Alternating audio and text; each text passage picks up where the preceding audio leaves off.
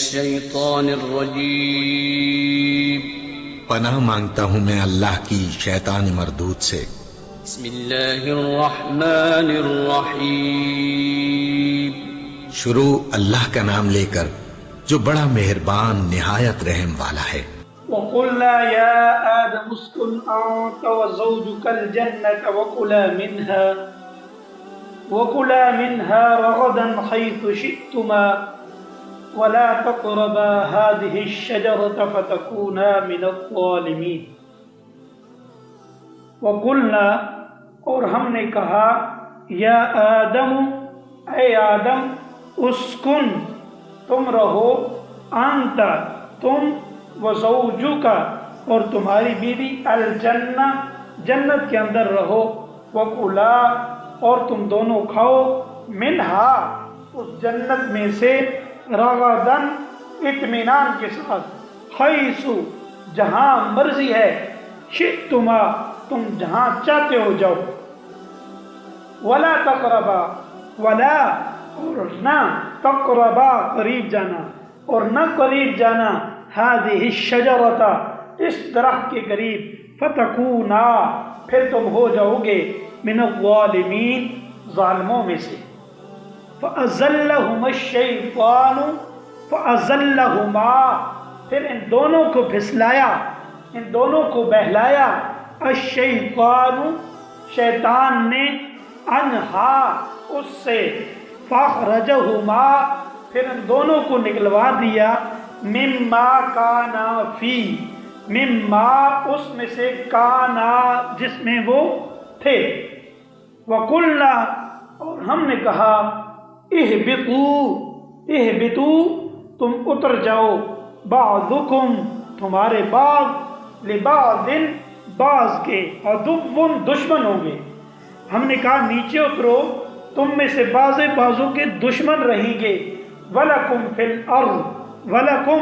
اور تمہارے لیے، فِي الْأَرْضِ، زمین کے اندر، مستقر، ٹھکانہ ہے، وَمَتَاعٌ، اور سامان ہے، إِلَى حِين، ایک وقت تک، یعنی ایک وقت تک تمہیں وہاں آتے رہنا ہے۔ انسان کی جنت میں رہائش، شیطان کی عداوت اور زمین کو روانگی۔ وَقُلْنَا يَا آدَمُ اسْكُنْ أَنْتَ وَزَوْجُكَ الْجَنَّةَ، یہاں وَزَوْجُكَ الْجَنَّةَ، یہ بھی تمہاری بیوی سے مراد حضرت حوا علیہ السلام ہے،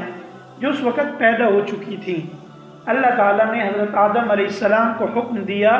کہ تم علیہ السلام پر انعامات ہو رہے ہیں، چنانچہ آپ کے انس کے لیے بی بی حوا کو پیدا فرمایا، پھر دونوں کو جنت میں ٹھہرنے کا حکم ہوا۔ پھر آگے ایک مزید انعام کا بیان ہے، فرمایا وَكُلَا مِنْهَا رَغَدًا حَيْثُ شِئْتُمَا، یعنی حضرت آدم اور حوا علیہ السلام کو فرمایا کہ جنت کے پھل اور میوے بفراغت استعمال کرتے رہو، اپنی مرضی کے مطابق جتنا چاہو استعمال کرو، نہ ان کے حاصل کرنے میں تمہیں کسی محنت کی ضرورت ہوگی اور نہ فکر کہ یہ غذا کم یا ختم ہو جائے گی، مگر اس انعام کے ساتھ ایک شرط لگا دی، اور وہ یہ وَلَا تَقْرَبَا هَذِهِ الشَّجَرَةَ، یعنی کسی خاص درخت کی طرف اشارہ کر کے فرما دیا اس کے قریب بھی نہ جانا۔ اس حکم سے اصل مقصد تو یہ تھا اس درخت کا پھل نہ کھانا، مگر تاکید کے طور پر فرمایا گیا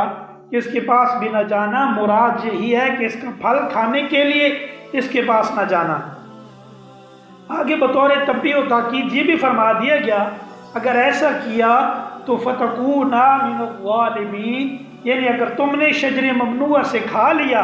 تو تم ظالمین میں سے ہو جاؤ گے۔ یہاں آیت میں لفظ ظالمین استعمال ہوا، یعنی اگر ایسا کرو گے تو ظلم کرنے والے ہو جاؤ گے۔ اب یہاں کس مناسبت سے ظلم کا لفظ استعمال ہوا، اس کو سمجھ لیجئے کہ محاورہ میں ظلم، بے انصافی، زبردستی، ستمگاری، شرک، گناہ، تقصیر کے لیے استعمال ہوتا ہے۔ ظلم کی اصل معنی غیر کی ملک میں تصرف کرنا اور حد سے گزر جانا۔